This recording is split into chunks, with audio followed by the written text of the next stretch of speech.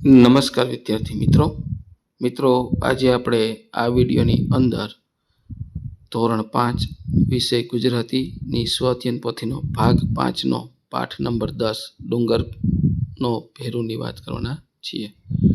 અહીંયા મિત્રો ગુજરાતીના સ્વઅધ્યયન પોથીના ભાગ 5ના પાઠ નંબર 10નું સંપૂર્ણ સોલ્યુશન છે। મિત્રો આવા સરસ મજાના સોલ્યુશન મેળવવા માટે આપણી ચેનલ મેથ્સ બાય પંકજ કાપડિયાને સબસ્ક્રાઈબ કરો અને આ વિડીયો તમારા મિત્રો સાથે શેર કરો। તો મિત્રો શરૂ કરીએ ધોરણ 5 વિષય ગુજરાતીની સ્વઅધ્યયન પોથીનો ભાગ 5નો પાઠ નંબર 10। પહેલું, કાવ્યના આધારે સાચો શબ્દ લખો। માળો બાંધવા દઈશ ચકલી, નિરાતે ખાવા દઈશ કાગડો, નાહવા દઈશ કાબર, મીઠું બોલવાનું કહીશ પોપટ, પોઠવા દઈશ બિલ્લી, બગીચામાં ફરવા લઈ જઈશ કૂતરો, લાડુ ખાવા દઈશ ગાય। ત્યાર પછી બીજું, ઉદાહરણ મુજબ ચિત્ર સાથે શબ્દ જોડો। એમાં બાંધવું તણખલું, ખાવું પૂરી, નાહવું પાણી, ઓઢવું ગાદલું, ફરવું બાગ અને પીવું દૂધ। આ શબ્દ આપ્યો નથી પીવું દૂધ, પણ અહીંયા આ શબ્દ આવે પીવું દૂધ। ત્યાર પછી પ્રશ્ન 3, ઉદાહરણ મુજબ કૌંસમાં આપેલા શબ્દ સાથે શબ્દ જોડો।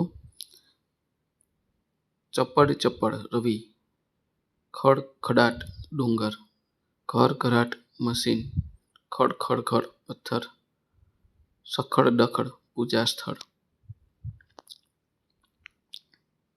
ત્યાર પછી પ્રશ્ન 4, ચિત્ર જોઈ તેને લગતું એક વાક્ય એકમમાંથી શોધીને લખો।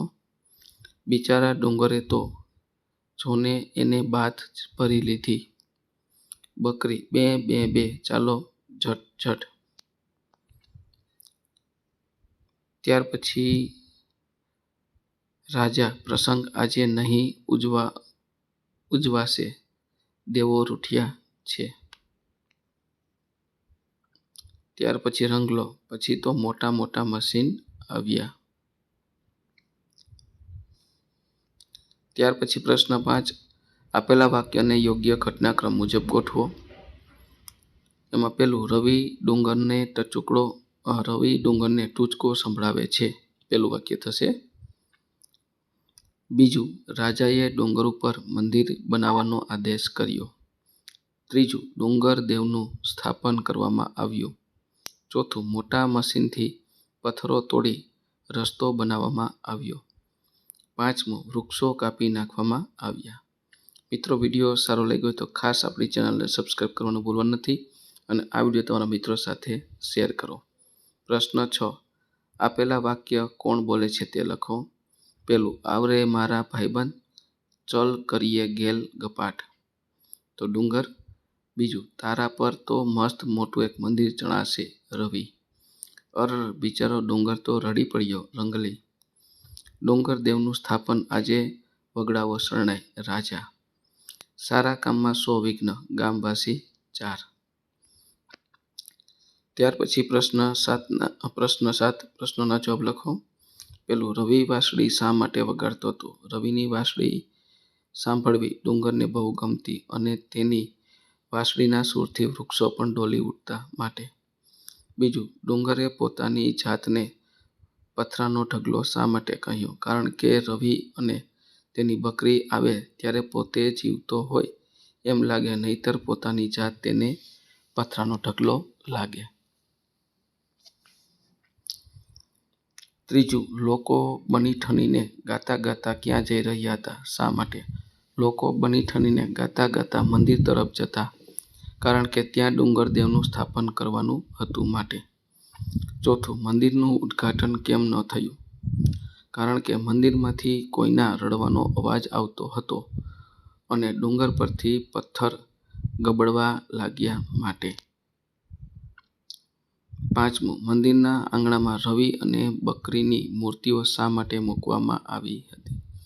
કારણ કે રવિ અને તેની બકરીને ડુંગર પર આવવા દીધા, તેથી કંઈ અજુગતું ન થયું અને લોકો ડર્યા વગર મંદિરે આવતા થયા. તેથી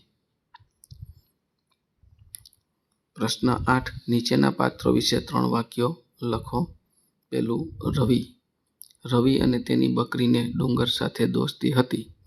રવિ સરસ મજાની વાંસળી વગાડતો ત્યારે વૃક્ષો પણ ઝૂમી ઉઠતા. બીજું, ડુંગર.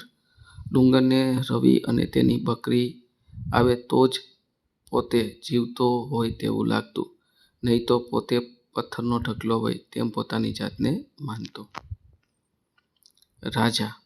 રાજાએ ડુંગર પર મોટું મંદિર બંધાવવાનો અને ડુંગરદેવનું સ્થાપન કરવાનો નિર્ણય કર્યો અને પશુઓ લઈ ડુંગર પર કોઈએ જવું નહીં એવો આદેશ કર્યો.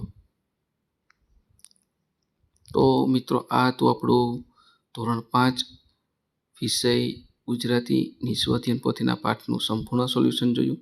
મિત્રો, આવા સરસ મજાના સોલ્યુશન મેળવવા માટે આપણી ચેનલને સબસ્ક્રાઈબ કરો અને આ વિડીયો તમારા મિત્રો સાથે શેર કરો.